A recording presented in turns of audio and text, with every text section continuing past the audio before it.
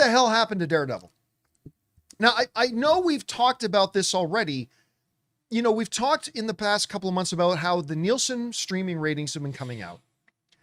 And every week, Daredevil failed to make the top 10. Daredevil Born Again Season 2. Despite the fact that it's really damn good. It was.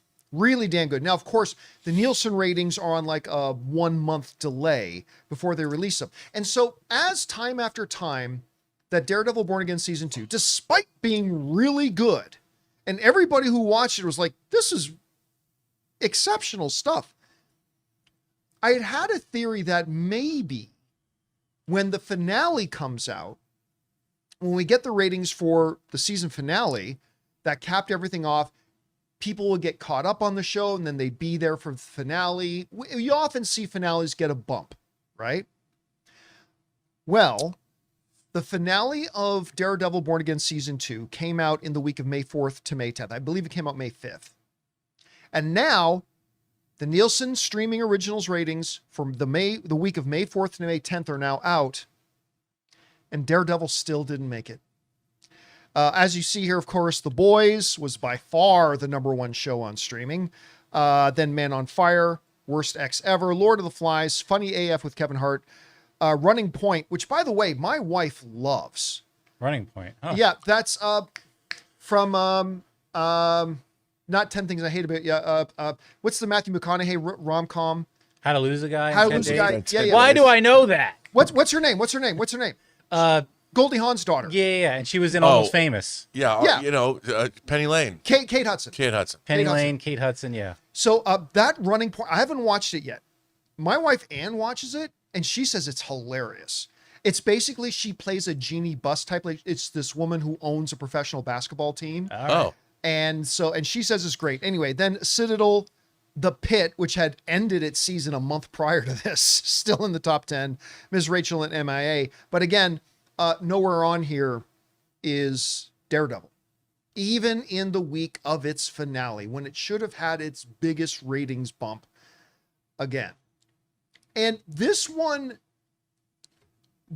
a head scratcher to me. Because, you know, it's one thing when we talk about underperforming Marvel properties or DC properties. And one of the first things we're often able to point at is, well, lack of quality, right? Ant-Man and the Wasp, Quantumania did not do well. The first thing we can do is, well, that was because it sucked. Yeah. You know, we get to point and say, well, it's because it sucked. I mean, that's not always the case. Quite often, excellent films or whatever don't necessarily have a great marketing campaign or find a way to find their audience. But Daredevil is a show that came with a pre-existing, you can take this chart down, with a pre-existing big reputation. Granted, Born Again Season 1 wasn't as good as the Netflix stuff, but I still thought it was pretty damn good quality. I still thought it was quite good. Season 2, to me, is on the level of the Netflix stuff for when Daredevil was on there. And yet, it was unable to crescendo. So, you know, Rob, you and I have theorized before, you know, when it was first becoming apparent that Daredevil wasn't cracking the big ratings and stuff like that. I mean, you had one like really good observation that, hey, man, listen, in today's world, the way everything's grim and bleak and awful, maybe people don't want to watch something on as great as it was that's grim and bleak and awful. The other thing I've kind of proposed was we've always overestimated how many people even watch the Netflix version of it. I think that's always been overestimated. Maybe it's the rated R nature of it, but that didn't stop a Deadpool and Wolverine from making $1.3 billion at the box office. Maybe it's the lack of its legitimate crossover stuff with the rest of the MCU, but he did appear in Spider-Man No Way Home. I mean, so we've got a number of theories, each of which I think have some legitimacy to them. But even when you add it all up, I still don't really get this whole thing about Daredevil. If you stretch back to season 1, there have been 17 weeks of Daredevil Born Again releases. 0 for 17. Never cracking the top 10. With another superhero show way #1 with The Boys. Anyway, Rob, we've had some time to sit on this. We've now had that one thing I was waiting for, the ratings for the week of the finale, and it still didn't crack it. What is this telling you? Have you developed any new theories about this? I don't know. What do you think? It's a little esoteric, but I think that my theory would be this, John. There was no, let's call it an intellectual engine that drove Daredevil to the point where you couldn't wait to see what was going to happen next. Like in The Boys, we all wanted to see Homelander had his ass handed to him by whoever was going to do it. And you knew people were going to die. Every week there was some kind of, like, what's going to happen? You had to tune in. Like, what's going to... With Daredevil, I mean, don't get me wrong, I say this loving the show, but there was a certain monotony to it. There was not some overarching... It was like, look, we knew that Kingpin at some point was going to be unleashed and all hell was going to break loose. But the story itself, and while I love the dynamic with him and his wife, and I like what was going on, it wasn't really breaking any new ground or was doing something like, oh my God, I have to find out what happens. Even though it was good. And I think in this day and age, with so many things capturing people's attention, you really have to give them a story that they can't wait to see what's going to happen in the next chapter. And I don't know if it caught any new audience members. I think what you're saying is valid. I can only speak for myself in that I did feel that personally. Like there were not every single episode, but there were a number of the episodes that they were in. I'm like, no, don't end yet. I mean, especially the one when Vanessa gets cronked. Well, Vanessa got kind of. But that's already. I mean, it was really catering to you and me as audience members of Daredevil.